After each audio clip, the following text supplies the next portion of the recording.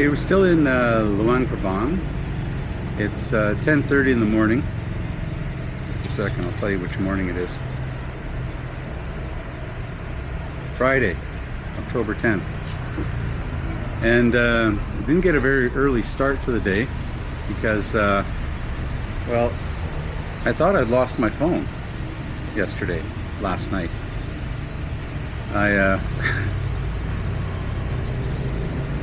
As I said before, it gets dark very early here, like just after 6 p.m. And so I ordered Food Panda again, but this time I didn't have an interpreter to tell me what I was ordering or any of the particulars.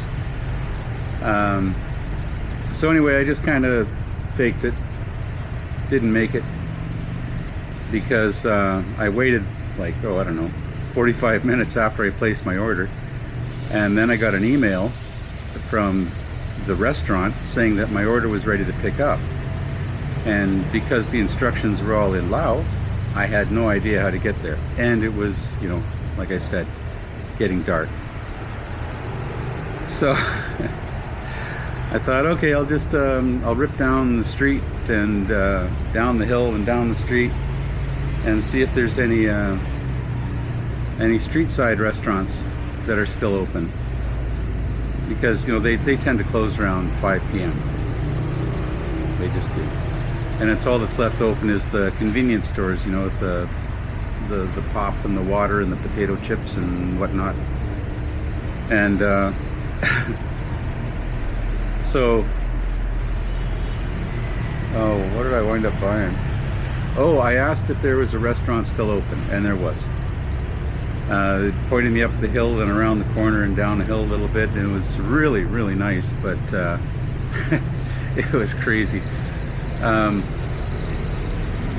I told them what I wanted, like chicken and rice,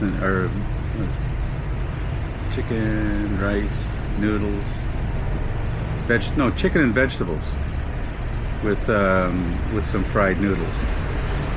And so anyway, I'm sitting at the table. It's really nice. It's right beside the river. There's there's boats going by. There's even a riverboat cruise went by. People having a great time on that.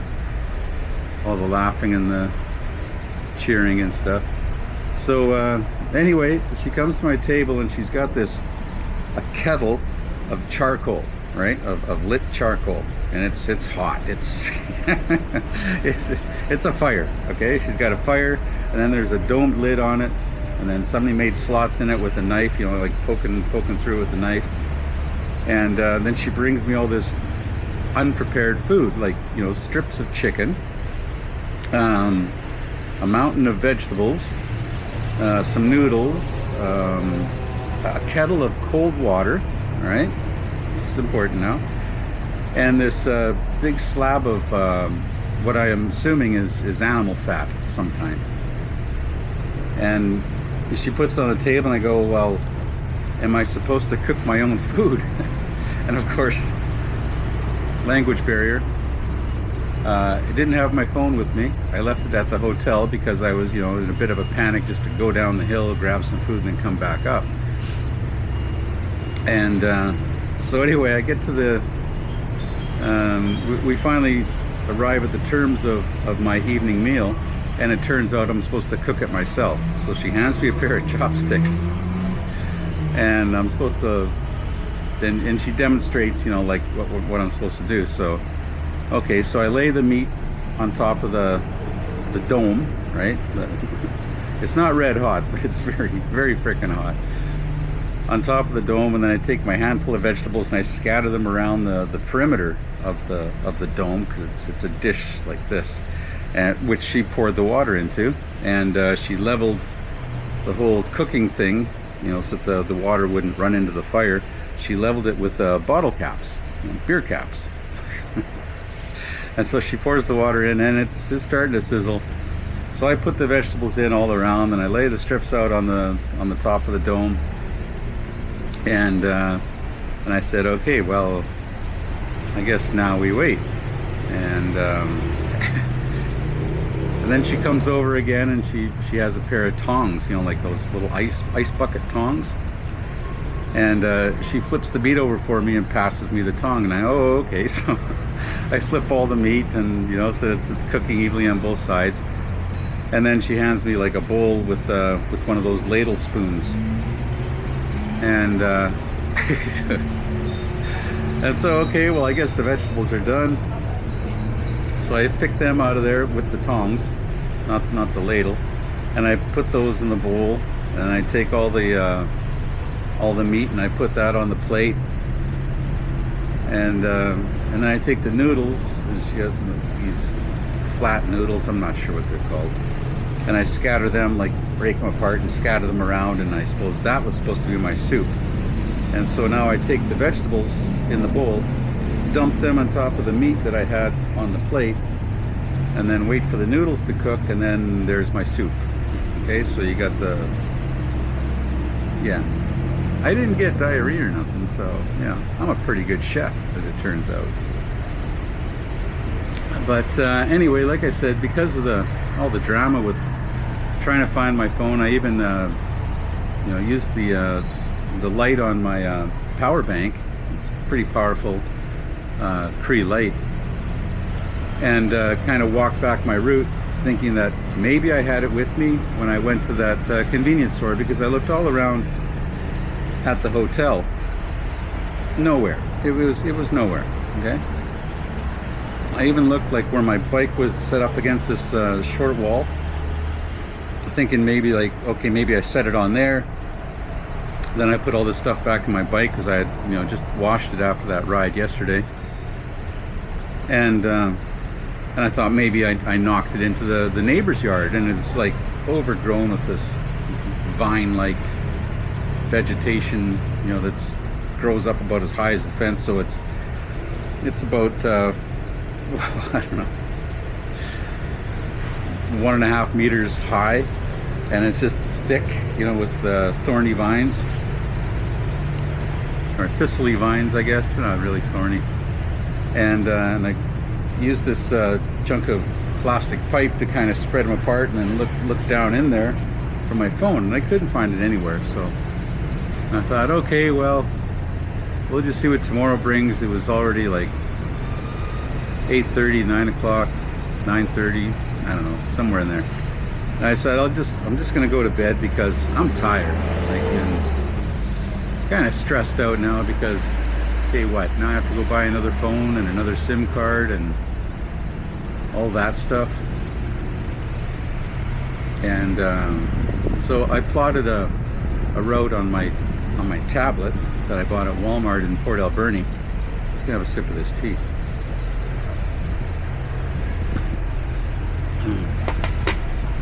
Very good. And so I decided I'm gonna go to let's see, what's it called? It's a guest house down Highway 4, 77 kilometers away.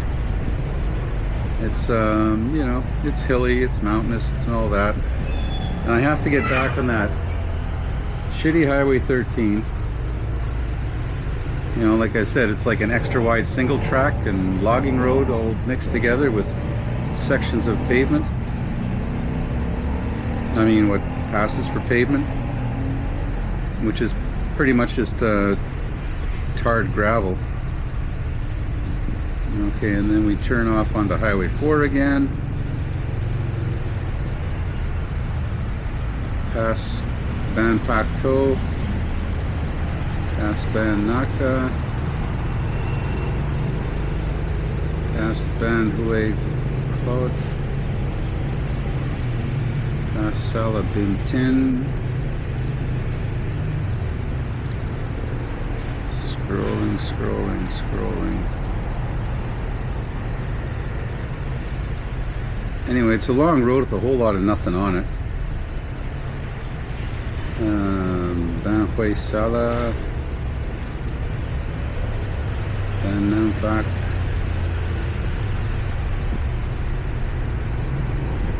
Ban Hoi Hoi, pretty sure ban means little village with nothing but farmers in it. Maybe some bottled water.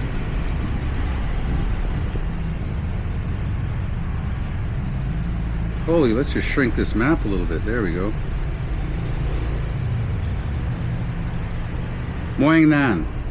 There it is. It's at the confluence of Highway 1 and Highway 4. Highway 4 pretty much goes to the Thai checkpoint on the Thai border, but it also follows the border down to Vientiane. Now I don't want to go directly to Vientiane because I want to go to Vieng Vang and a bunch of other stops along the way. So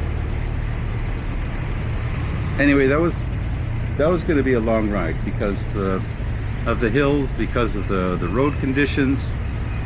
I mean, it's like third gear at the most, you know, where you're just kind of on the pedals, like off the saddle, because it's just blah blah blah blah blah, blah like that, right? And so just kind of bouncing on the saddles and trying to keep the pressure off the hands, because it really beats the hell out of the wrists too. So what I'm thinking is I'll get a room, another hotel room for one night here, and get a really early start tomorrow, like, you know, 6:30, 7 a.m. somewhere in there, because it's too late in the day now, and I'm pretty sure it'll be about at least an 8-hour trip. So that's going to put me like really close to sunset, and I don't want to be in that position. So we'll see what the day brings.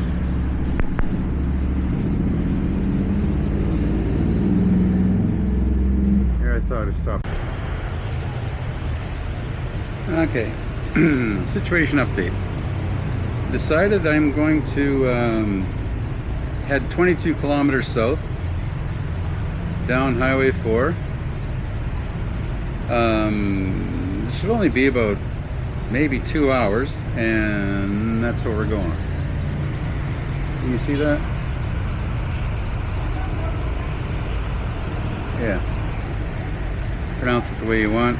I'm thinking Xiang Nguen? Okay. Anyway, it's a place called Rocket Guest House.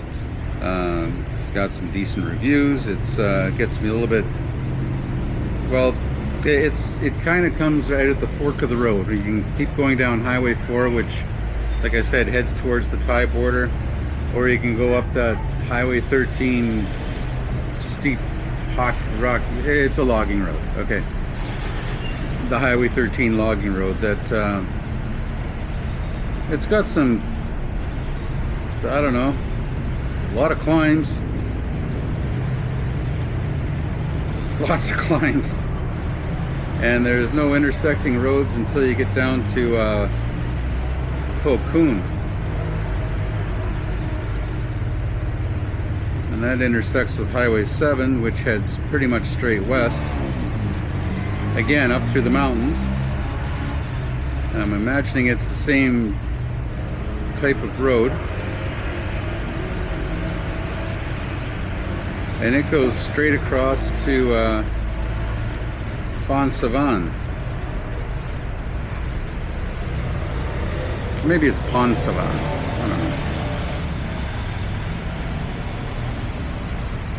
That looks like an interesting road because yeah, like, and then Highway 7 continues north towards Vietnam, and then there's another one that goes south, well, southeast, and kind of follows the the mountain range bordering Vietnam.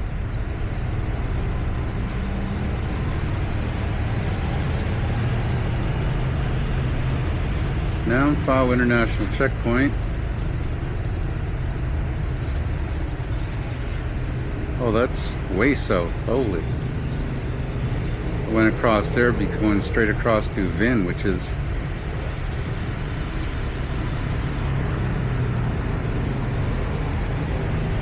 well, it's not that far south really, because it's still north of Hue and Da Nang. Quite a bit north of Hue and Da Nang. But the other situation to be aware of is the massive flooding they've experienced in northern Vietnam because of this Hurricane Matmo, I think it's called. And it kind of it made landfall in China, like in pretty much the border of China, Vietnam, and Laos, and Myanmar. Those the northern borders of those three countries, and it's caused a lot of like heavy rainfall, obviously, and a lot of flooding, road washouts, and stuff like that. So my plan of, you know, like cycling the entire length of Vietnam in 30 days, it's that's up in the air. I mean, I don't want to do it while they're still reconstructing roads and have to turn, like, double back and 60 kilometers or something, or 80 kilometers to the next highway interchange where I, you know, have options to go south or, you know, west or whatever, because, you know, that road is under repair. So this other option of heading east tomorrow, I don't know. I mean, it's let's just say it's on the table. But that's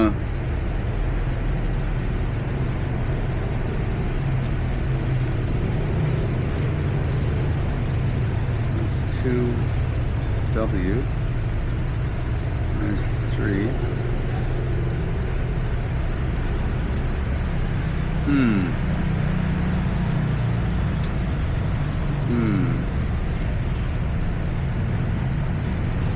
Okay, so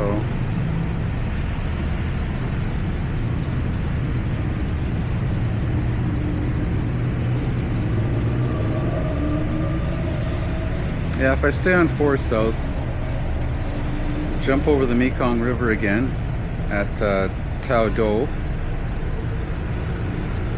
Hancom, and then go south and then southwest, like I said, along the Thai border, and then head east again,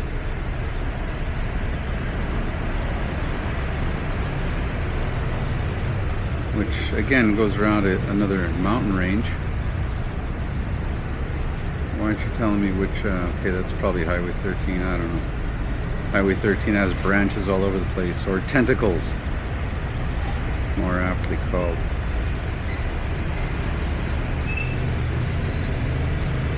Okay, that's the Thai side.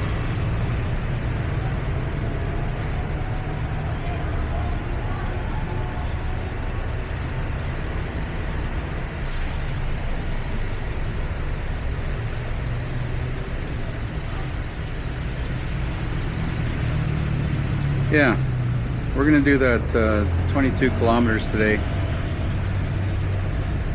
Get out of Luang Prabang and head southeast. Then once we're southeast, we'll get a better update on weather and road conditions and all that stuff once we're at that other homestay. All right. See you later. Okay, we're still on Highway 13 on that 25 kilometer trip to this town down south here. That's kind of en route to where we want to go, but I think the worst of Highway 13 is over with. From just that extra wide single track type of road. This is mild here. This is nothing. You can roll through this. I was about 3 kilometers behind a transport truck And I was in second gear keeping up with him. And I was mostly coasting and, you know, the odd pedal through the bumps coming because it was that bumpy. The guy couldn't go more than, you know, like 10 kilometers an hour. And that went on for like way too long. And my wrists were just burning and, oh. So I pulled out and I just ripped around and just rode through the bumps. Just like it was single track.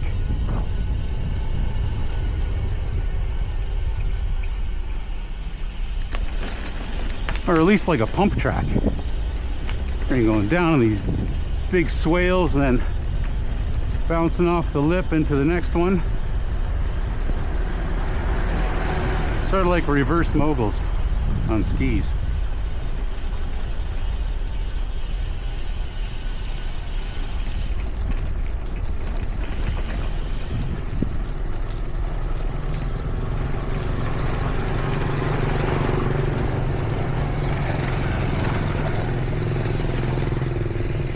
And in Thailand, every time you see one of these big service stations, there'll be like an Amazon coffee shop, a 7-Eleven, some type of jewelry, aesthetics, blah blah blah. And in these places there's none of that. No convenience store, just a gas pump and I don't know, office space, I guess. So the service stations are not an oasis like they were in Thailand. I mean, the 7-Elevens in Thailand, you go in there with 2 empty water jugs and you buy a, you know, like 1.5 liters of water. And I could fill up both bottles and then go over to the ice machine and top them off with ice.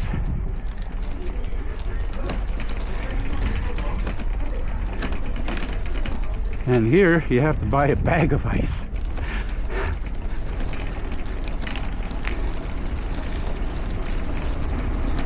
That's, you know, generally one contiguous lump.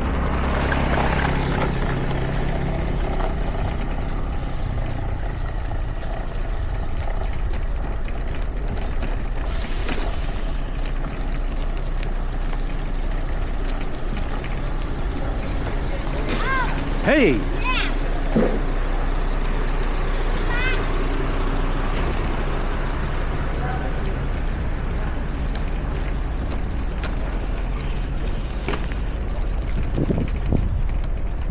Yeah, okay, this is pretty bad.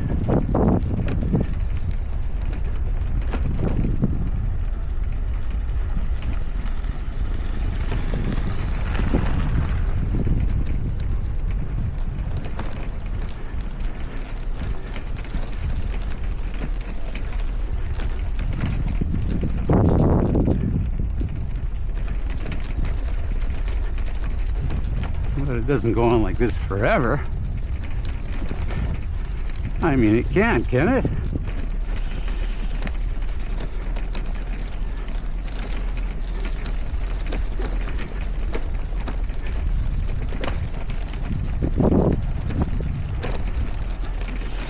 So, my comparison to DC logging roads, she's a good one.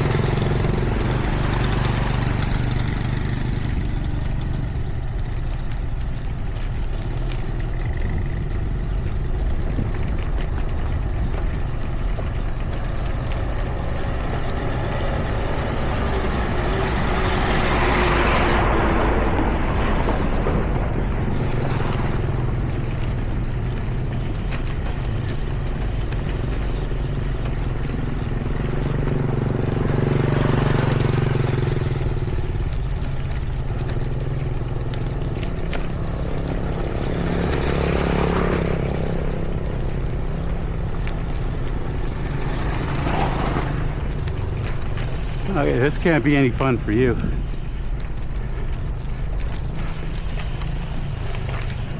Watching a video bounce up and down. So we'll shut her off here. Pick it up when we get into that village.